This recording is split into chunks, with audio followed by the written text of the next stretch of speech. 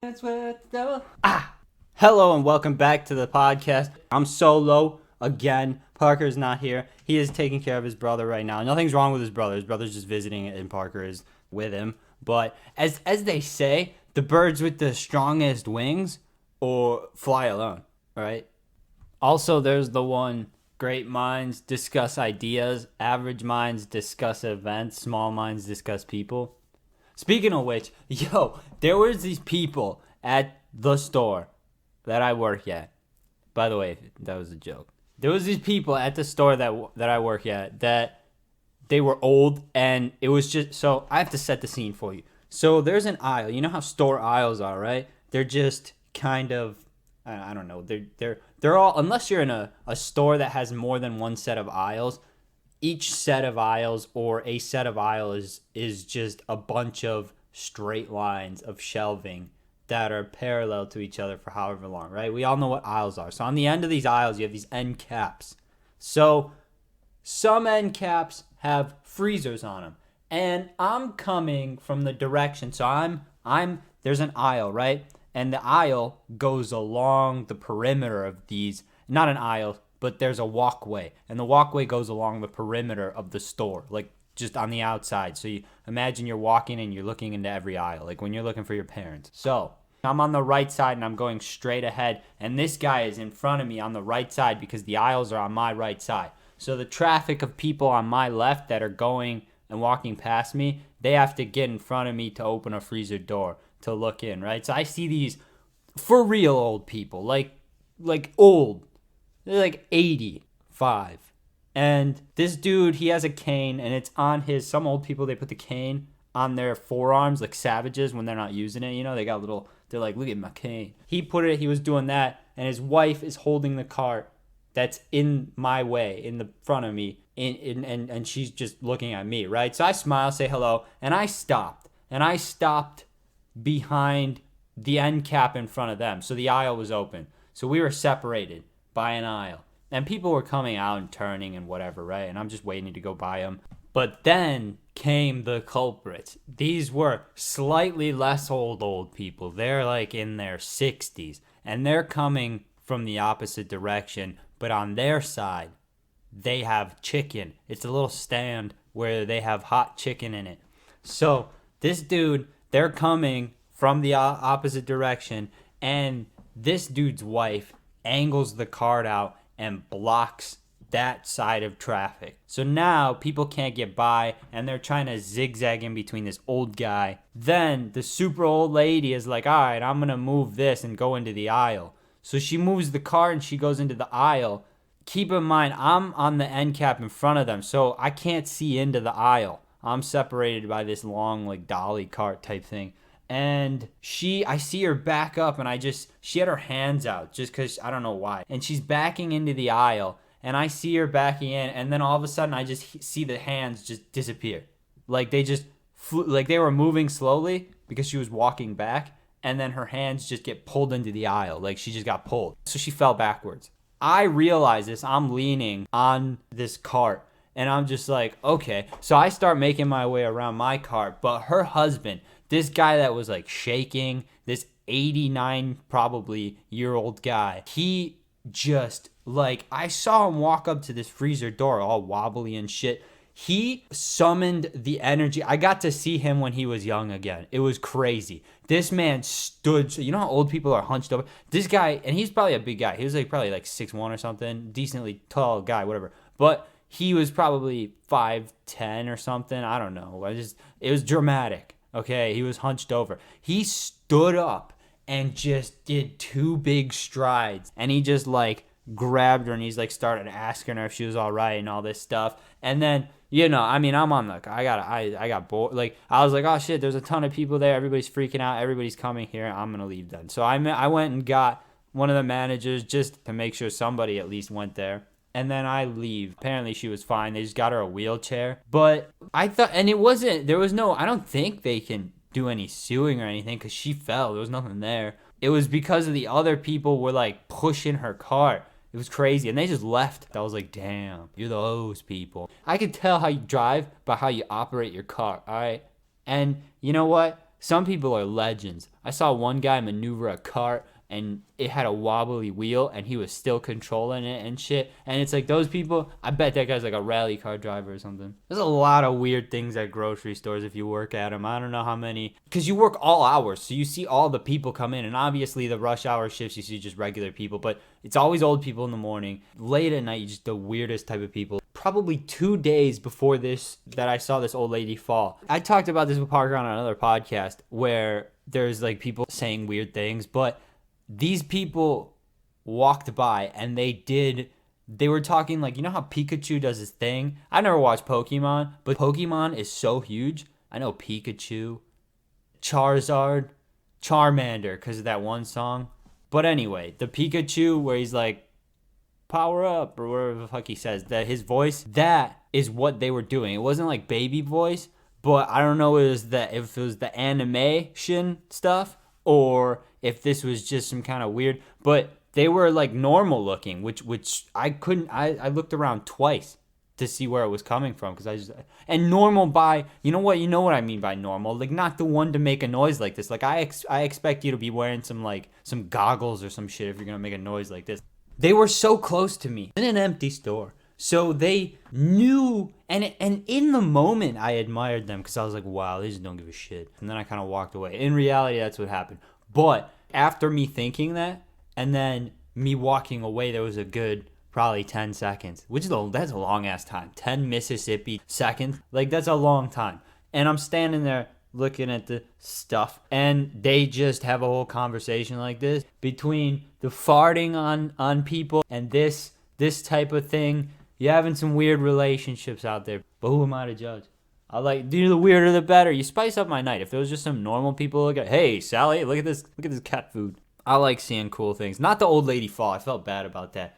She was fine. They got her a wheelchair, but 10 fire trucks and an ambulance show up every time somebody falls. If you live in an apartment complex, if you have old people around at night, just every other night, just you look out the window, it's an engine with a ladder on it, like they send that guy out, you know, with the whole fire department's here, and then there's one ambulance just whipping it. Like, what? You're not gonna take the guy, like, if we're full, lay him on the hoses. I know they're EMTs, but if it's somebody falls, the reason we send a fire engine or a fire truck along with the ambulance is if the patient is critically ill or not able to walk and must be carried to our gurney.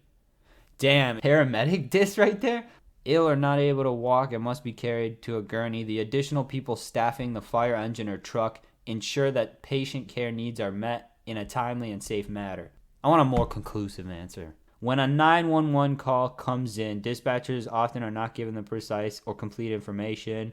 That's too many words. 7 reasons firefighters show up in medical emergencies. So it's just broad range. Number 1, firefighters are medically trained. Number 2, you may need a lot of people. How many can you fit in a fire truck? Like how much is it? It's like 6 or 7. That thing's like a minivan, right? Why is this such a hard answer to find? I think it's 8. I think it's like up to 8 firefighters can fit into a fire truck, but I'm not entirely. Anyway, I guess, so if you need more manpower, you're going to need, and I guess the inconclusive information can be part of it too. You don't know if the person is injured if they don't tell you because you don't have all the information. So it could be from smoke inhalation, which means fire. Better safe than sorry. There are many more fire stations around the nation than ambulance stations. Really? There's like private ambulances. I've never seen a private fire department. Speaking of fire, I think it opened a pit of hell in the Gulf of Mexico. Pipeline burst or something, and it's like a swirl of fire the firefighters are trying to put out. Pemex says fire out, so they put it out. But the video, it's just the right kind of shot because I saw the full video. It's from a helicopter flying around, so it just looks normal. It looks like, not normal, it looks weird, but it's like daylight. And they're in the Gulf of Mexico, and you see this circle of fire. But then the helicopter cameraman zooms in, and right before it kind of focuses the lighting, it looks like it's dark around the outside. It looks like nighttime or something. And that's the picture, that's the snapshot that they put on all, that went viral or whatever, that they put on all the news articles. And that's the picture you see when you look it up first. So it looks really crazy because it looks like it's in the middle of the night. But then the regular one, now the more that I look at it, that looks weird too because it's just like not a perfect circle, but it's just so contained. It's all good. There's way more firefighters than ambulances. So we have all these firefighters that can go put the shit out. I always heard when you're little, you hear about firefighters and how everybody wants to be a firefighter. The only movie I saw, because they don't get like, is there like some kind of paramedic show or something that I'm not, unless I'm forgetting something. I mean, I've seen Backdraft, that movie in the 90s with Kurt Russell and one of the Baldwin brothers. It's a decent movie. It takes place in Chicago. That's probably why I saw it when I was a kid. But that movie was weird because the fire, they kind of like Donald Sutherland. That's his name. I think that's his name. The oddball from that Kelly's Heroes movie. These old movies, if you can suspend your imagination, some of them are kind of funny. But a lot of people probably know. I mean, Clint Eastwood movies, everybody knows, like Outlaw Josie Wales and shit. Anyway, Donald Sutherland is this arsonist that's in jail, and the dude's got to go talk to him to get clues about the movie. But they talk about fire like it's a thing, like he's like, it speaks to you or whatever, the beast. They kind of did something like Family Guy did that thing where the firefighter lights the fire and he has to literally fight the fire, and then the fire kills him, and then the fire kills itself, and Lois is like, what the fuck was that? Exactly. That's what I felt after watching the movie. I was like, wait, what? The fire's a lot. It is enticing. It just does weird shit. I don't know why humans with fire. I guess because it's so useful. So it's some kind of primal thing. But to this day, and from when I was little, if there's a bonfire or something, any type of fire, there is definitely going to be a time where I just stare at it for like 30 seconds. Like, you know when you zone out for no reason and people could be talking to you and shit, but you're not listening, you just zoned out? That's what I'll do. I don't know why. Fire is just, it's weird to look at. It's not the same with TV. If you put fire on the TV and you look at, I've tried it before just out of curiosity, like YouTube a video of fire and just stare at it, not the same effect as when it's there, because you feel the heat and everything. But I wonder if there's some kind of psychological reason, or if it's just because it looks cool. Fireworks. Who hasn't Googled an A-10 Warthog strafing run? It's awesome. For some reason, I think humans also like explosions, or just loud noises like drums. Explosions are fire, literally and figuratively, but not always. Sometimes they're bad. Like, I was looking into it because I went down the rabbit hole because of this Gulf of Mexico fire pipeline thing, and I was looking into, it gives you kind of recommended searches, and I got reminded of the Deepwater Horizon thing. And I watched that movie with no reference. Like, I did not know. There's a movie about it, by the way, about the incident. Deepwater Horizon oil spill was an industrial disaster that began on April 20th, 2010. Damn, 420. They're spilling oil. The fuck? Considered to be, okay, so on the BP-operated Macondo prospect, considered to be the largest marine oil spill in the history. All right, but what is the Macondo prospect? Oh, that's a zone. Okay, what is the I'm so confused. Is it an oil rig or what's the thing? What's it on? Deep Horizon explosion. It is a drilling unit. So it's called a semi-submersible mobile offshore drilling unit. So this thing exploded, and because I think it was a wellhead blew out or something. I remember watching the movie, and I went into it with I didn't have any idea what it was about. This was probably, I don't know when the movie came out. It's 2016. Okay, so sometime around then I had to have watched it, and I was just looking through whatever it was on. I don't know if it was Hulu or something, and I found it, and I just saw Mark Wahlberg, and I saw an explosion. That's what I'm talking about. And I saw Deepwater Horizon. I had no idea what the movie was going to be about. Like, I thought it was some war shit or like Mad Max, because it showed the theatrical poster or whatever. So you can't tell. It's just a fireball. It's Mark Wahlberg standing in smoke. Anyway, so I watch it, and I got super into the story. Now I've forgotten now, because you go down rabbit holes. You spend like an hour and a half Googling it after you watch the movie, and you're like, whoa, that's crazy, when it's based on true events. It's crazy how I read a book. It's called The Prize. I don't know if it's a good book or if it's outdated. I don't know. But it was by this guy, Daniel Yergin.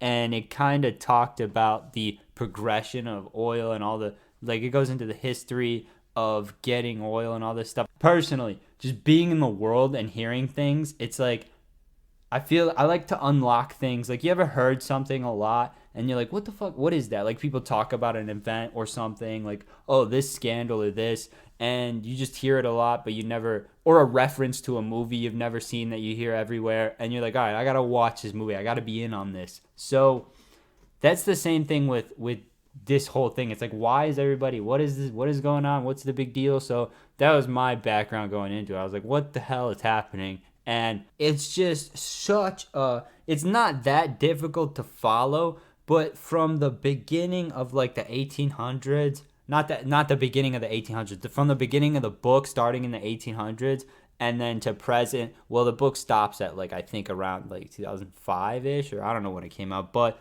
the history of oil and like why they were using it and everything. They go into every company. They go into like Shell, they go into BP and everything. So just driving down the street is a whole different thing, because you see the Shell gas station or BP or this gas station or whatever, and you know the history behind all this stuff that you use all the time. Like, I've never looked at gas stations the same way. It's like the McAfee thing. It's like what I said. Now that he died, I never paid attention. I'd get the McAfee pop up every time I turn that computer on. It would be like, hey, you're virus free, you know, and you just click it and you're like, whatever. And you just never think about it. And now that he died, you unlocked that. It's weird. I don't know if I'm explaining it right, but it's just, I'm sure there's a name for it. There's probably like a long, complicated German word for the feeling that you get. Speaking of learning, though, there are just some things in daily life, references that we hear, or things that are, I guess, prominent in the world that I just can't get into. I mean, a good example is the stock market. I know some basics. You know, you're curious. You want to know. You hear everybody talk a bull market, bear market, stock exchange, bells and shit. And then you hear about the Great Depression.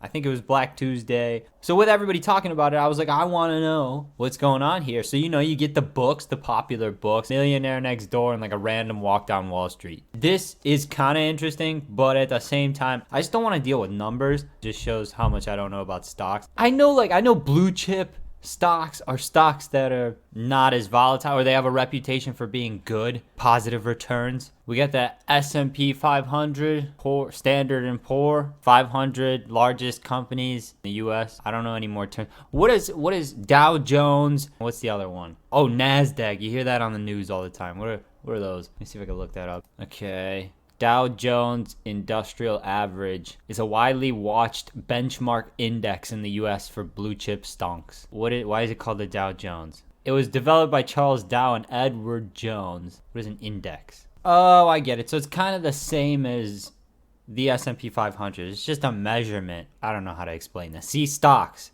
I don't even know what I'm talking about, but I kind of know what I'm talking about. That's basically stocks summed up right there for you. I guess the NASDAQ is the same thing, which is that's National Association of Securities Dealers, automated quotations. And I almost said arms dealers. Which, speaking of, how does that work? There was that one movie. I always go off on movies. I don't even watch that many movies, but it's just somehow there's always a movie for what I want to talk about. I think the movie was War Dogs. Yeah, War Dogs with Miles Teller. Is that Miles Teller, I believe? Yes, tis be Miles Teller. So I think in that movie, spoiler alert, they bid on these military contracts from a website. Like, the whole point is that they get these smaller orders that the bigger military contractors supposedly ignore, but it's just on this government forum. Like, you just go on Reddit or some shit and pick up some government contracts if you want to help them out. I don't know if that's how it actually works. Let's say you're a company that makes some boomsticks or something like that. How do you get a contract with the government?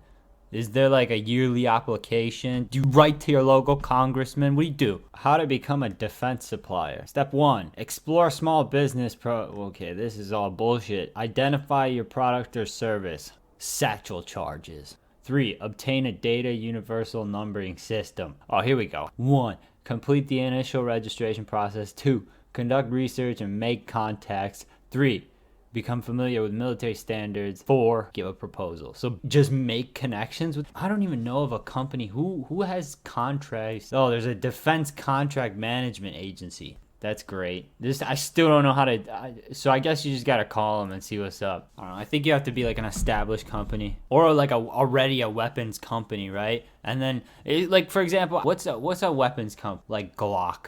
So if the military wants some shit from Glock, do they just tell them, hey, make me this specific only model, and can you buy that? I would assume not. Because if you're a small company, I mean, what are you going to even do for them? Like, make them a bullet? Hey, Department of Defense, I got my grandpa's old hunting rifle. You want to buy it? War Dogs made it seem so easy. It's just like a forum. And that's supposed to be based on a true story, isn't it? It was one of those based on true story. However, several details were made up for comedic purposes from what I'm finding out. I guess it is kind of like a dark comedy. There is Jonah Hill, so it's going to be funny. But, well, I guess not. I guess I shouldn't say that in case Jonah Hill wants to branch out, you know. But in this case, it's going to be funny. But I don't think this would be a life for me. I mean, just because those professions where you get killed, I mean, you get killed doing anything. But those professions where it's like a higher likelihood that you'll get killed, especially like the gangster shit, I don't get that. You know the beginning of Goodfellas where, or I don't know if it was the beginning, but the main guy explained, another movie, the main guy explained, he's like narrating over it. He's like, wise guys, we couldn't understand how you could just be a regular dude driving around and going to work. I guess, but also, aren't you constantly terrified that you're going to get whacked? Or is that all embellished for the movie as well? What is even true? Anyway, thank you so much for listening. I appreciate you. Comment. Let me know what you thought. I'm trying to figure out how to do these solo episodes. Guests are coming. I'm going to have some interesting things to talk about. And as always, I hope you learned something. That's the whole point, right? So thank you once again, and peace.